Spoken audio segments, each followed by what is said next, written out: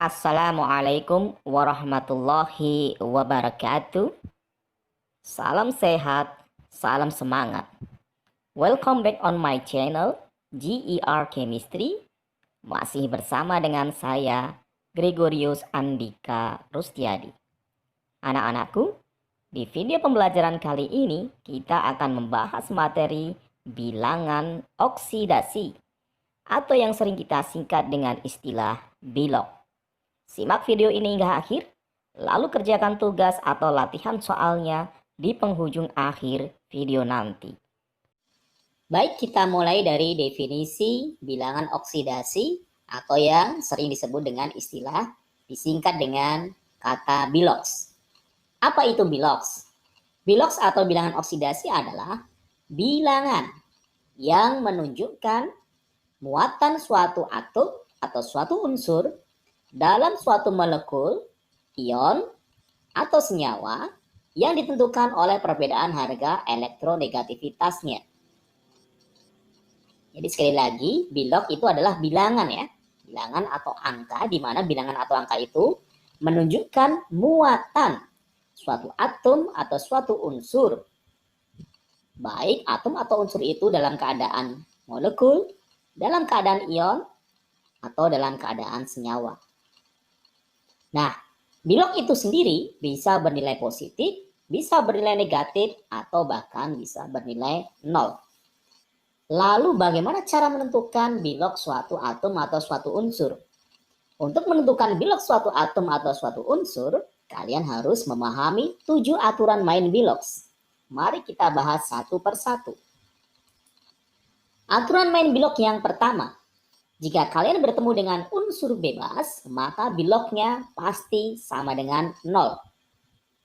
Unsur bebas itu apa? Ya, unsur yang berdiri sendiri. Ya. Dia tidak berikatan dengan unsur yang lainnya. Dia juga tidak memiliki muatan. Contoh unsur bebas yang berjenis logam, misalnya seperti natrium, magnesium, emas, besi, tembaga, dan unsur-unsur logam yang lainnya. Atau unsur bebas yang berjenis non-logam seperti molekul H2, O2, F2, Cl2. Yang seperti ini biloknya juga sama dengan 0. Lalu aturan main yang kedua.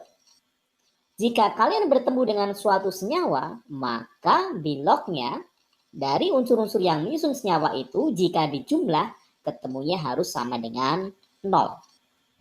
Maksudnya gimana? Maksudnya seperti ini ya. Contoh ini, bilok H ditambah bilok S ditambah bilok O dalam H2SO4 jumlahnya harus sama dengan 0. Kita misalkan bilok H itu adalah X, bilok S itu adalah Y, bilok O itu adalah Z, maka ketika X ditambah Y ditambah Z ini ketemunya harus sama dengan 0. Bisa dipahami ya? Contoh yang lain. Bilok natrium dan klorin dalam senyawa NaCl jika dijumlah harus sama dengan 0. Kita misalkan bilok Na itu adalah X, bilok Cl itu adalah Y. Maka ketika X dan Y ini dijumlah ketemunya harus sama dengan 0. Aturan main yang kedua. Lalu aturan main yang ketiga. Bilok hidrogen dalam senyawa selalu positif 1. Sekali lagi, H dalam senyawa. Jadi jika kalian ketemu dengan hidrogen, di mana hidrogen ini berikatan dengan unsur yang lain, kemudian membentuk suatu senyawa, maka dipastikan bilok H dalam senyawa tersebut adalah positif 1. Contoh H dalam senyawa, misalnya senyawa HCl, H2SO3, maka di sini bilok H pasti adalah positif 1. Lalu aturan main yang keempat. Bilok O dalam senyawa selalu negatif 2 atau min 2. O dalam senyawa ya.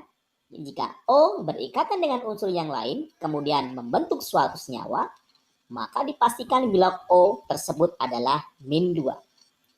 Contoh, bilok O dalam senyawa H2O. Nah, O di sini biloknya min 2. NGO, nah, bilok O di sini adalah min 2. Al2O3, bilok O di sini pasti min 2. Jadi kalian harus bisa bedakan O dalam keadaan senyawa atau O dalam keadaan unsur bebas seperti ini. Kalau O dalam keadaan unsur bebas, biloknya 0. Tapi kalau O dalam keadaan senyawa, dia berikatan dengan unsur yang lain, biloknya adalah -2. Begitu juga dengan hidrogen atau H. H dalam senyawa selalu positif 1. Tetapi ketika H berwujud dalam keadaan unsur bebas atau molekul bebas seperti ini, biloknya adalah 0. Jadi harus hati-hati ya. Oke. Kita lanjutkan ke aturan main yang kelima. Aturan main yang kelima dibagi menjadi 3. 5A, 5B, dan 5C. 5A dulu. Jika kalian bertemu dengan unsur golongan 1A dalam senyawa. Jadi, unsur golongan 1A itu contohnya misalnya litium, natrium, kalium, ya, rubidium, cesium, fransium dalam senyawa. Berarti dia berikatan dengan unsur yang lain membentuk suatu senyawa, maka dipastikan biloknya adalah positif 1. Contoh, NaCl. Na kan golongan 1A, pasti biloknya di sini adalah +1. KOH. K, kalium adalah golongan 1A, biloknya adalah +1. LiF, litium, itu juga golongan 1A, maka biloknya adalah positif 1. Jika kalian ketemu dengan unsur golongan 2A seperti berilium, magnesium, kalsium, strontium, barium, dan radium dalam senyawa. Jadi golongan 2A, ya, unsur anggota golongan 2A berikatan dengan unsur lain membentuk suatu senyawa, dipastikan biloknya adalah positif 2. Contoh, MgCl2. Nah, di sini ada Mg. Mg adalah anggota unsur golongan 2A. Pasti biloknya adalah +2. CaOH2. Nah, biloknya di sini Ca adalah +2. BaF2. Nah, bilok Ba di sini adalah +2. Bilok unsur golongan 3A dalam senyawa selalu positif 3. Nah, contohnya senyawa AlCl3. Nah, Al itu adalah anggota unsur golongan 3A. Maka bilok Al di sini dipastikan adalah positif 3. Itu aturan main yang ke-5. Aturan main yang ke-6. Bilok suatu ion sama dengan muatannya. Jadi kalau kalian bertemu dengan suatu ion, mudah sekali. Biloknya adalah pasti muatannya. Contoh, ion monoatomik. Bilok Cl- itu sama dengan -1. Kenapa -1? Karena muatan Cl di sini adalah -1. Bilok O2- adalah -2. Kenapa biloknya -2? Karena muatan oksigen di sini adalah -2. Bilok Fe3+ adalah positif 3 atau +3. Mengapa? Karena Fe di sini muatannya adalah +3. Sekali lagi, bilok suatu ion sama dengan muatannya. Contoh pada ion poliatomik. Jumlah bilok N dan H dalam ion NH4+ pasti adalah positif 1. Kenapa positif 1? Karena muatannya adalah +1. Artinya, bilok N ditambah bilok H ketemunya harus positif 1. Ya.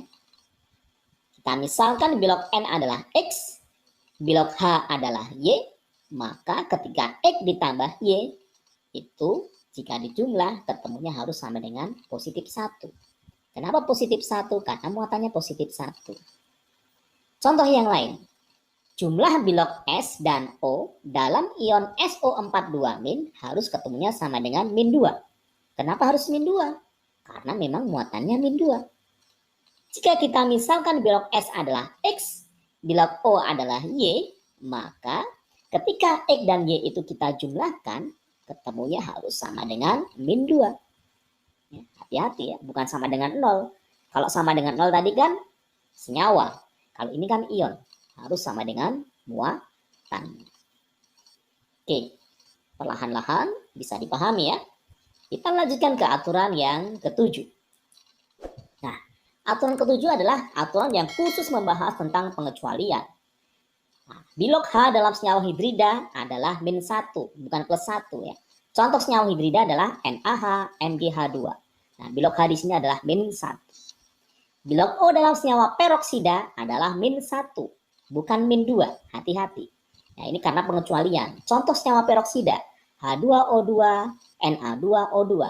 Bilok O di sini adalah min 1, bukan min 2.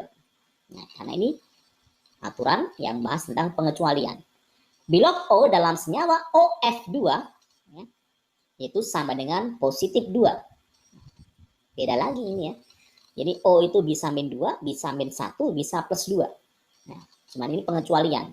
O dalam peroksida min 1, O dalam OF2 itu adalah positif 2. Baik, supaya kalian mudah dalam memahami materi bilok ini, Pak Guru berikan contoh soal dan pembahasannya.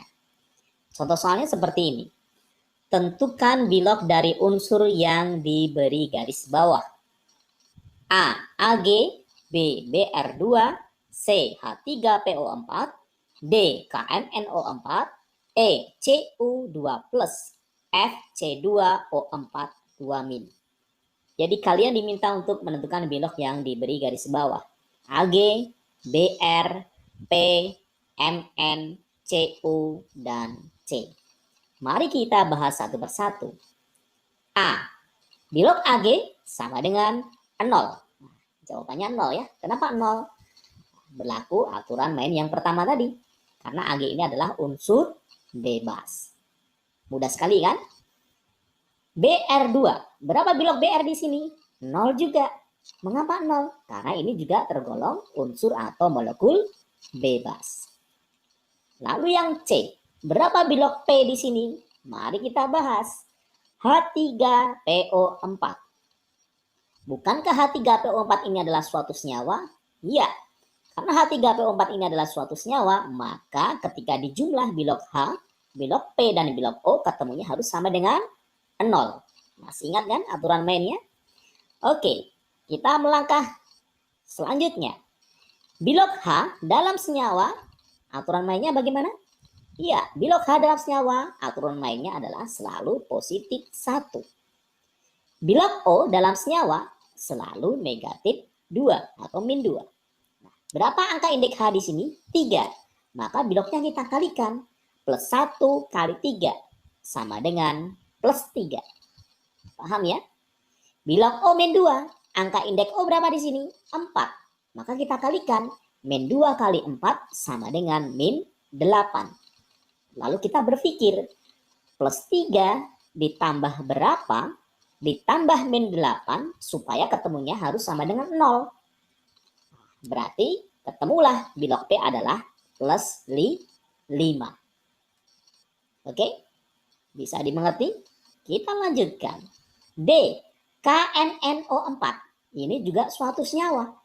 Karena ini suatu senyawa, maka berlaku aturan main bilok suatu senyawa jumlahnya harus sama dengan 0. Lalu kita lanjutkan. Bilok K selalu plus 1. Kenapa bilok K plus 1? Karena K ini adalah anggota unsur golongan 1A. Dalam senyawa adalah plus 1. Bilok O selalu min 2. Ya. Angka indeks K berapa di sini? 1. Plus 1 kali 1 sama dengan plus 1. Angka indeks O berapa? 4. Berarti min 2 kali 4 sama dengan min 8. Lalu kita berpikir. Plus 1 ditambah berapa? Ditambah min 8 ketemunya harus sama dengan 0. Maka jawabannya adalah plus 7. Nah, berarti bilok Mn di sini adalah plus 7. Oke, lanjut. E. Cu2+. Bukankah ini adalah ion? Iya, ion. Maka berlaku aturan. Bilok suatu ion sama dengan muatannya. Karena di sini ada muatan. Kalau ada muatannya berarti dia adalah dalam keadaan ion. Berarti berapa bilok Cu di sini? Mudah sekali. Karena muatannya plus 2, maka biloknya adalah plus 2. Jelas ya? Ya, yang terakhir F. C2O4 2-. Hayo, ini senyawa atau ion? Ya, ini adalah ion. Mengapa? Karena di sini ada muatannya, min 2. Maka ketika dijumlah, ketemunya harus sama dengan muatannya, sama dengan min 2. Bilok ion sama dengan muatannya. C2O4. Bilok O berapa? Min 2. Min 2 kali 4 berapa? min 8. Min 8 ditambah berapa ya supaya jadi min 2? Oh, min 8 supaya jadi min 2 maka harus ditambahkan plus 6. Hati-hati. Bilog C di sini bukan plus 6. Belum selesai. Kenapa? Karena C di sini angka indeksnya berapa? 2. Nah, plus 6 ini adalah hasil dari bilog dikalikan dengan angka indeks 2. Berarti bilognya berapa? Kita bagi 2. Plus 6 bagi 2 berapa? Plus 3. Jadi bilog C di sini adalah plus 3. Baik. Supaya kalian terbiasa dalam mengerjakan soal-soal bilog, maka Pak Guru berikan tugas atau latihan soal ini ya. Silakan untuk dikerjakan. Ada 6 soal di sini. A, B, C, D, E, F. Jika ada hal yang dirasa tidak dipahami, kalian bisa menanyakan di kolom komentar. Oke, akhirnya seperti biasa, Pak Guru berpesan, never give up and fight till the end. Jangan pernah menyerah. Terus berjuang, terus belajar. Jadikan belajar itu sebagai suatu kebutuhan. Oke, terima kasih. See you next time. Wassalamualaikum warahmatullahi wabarakatuh.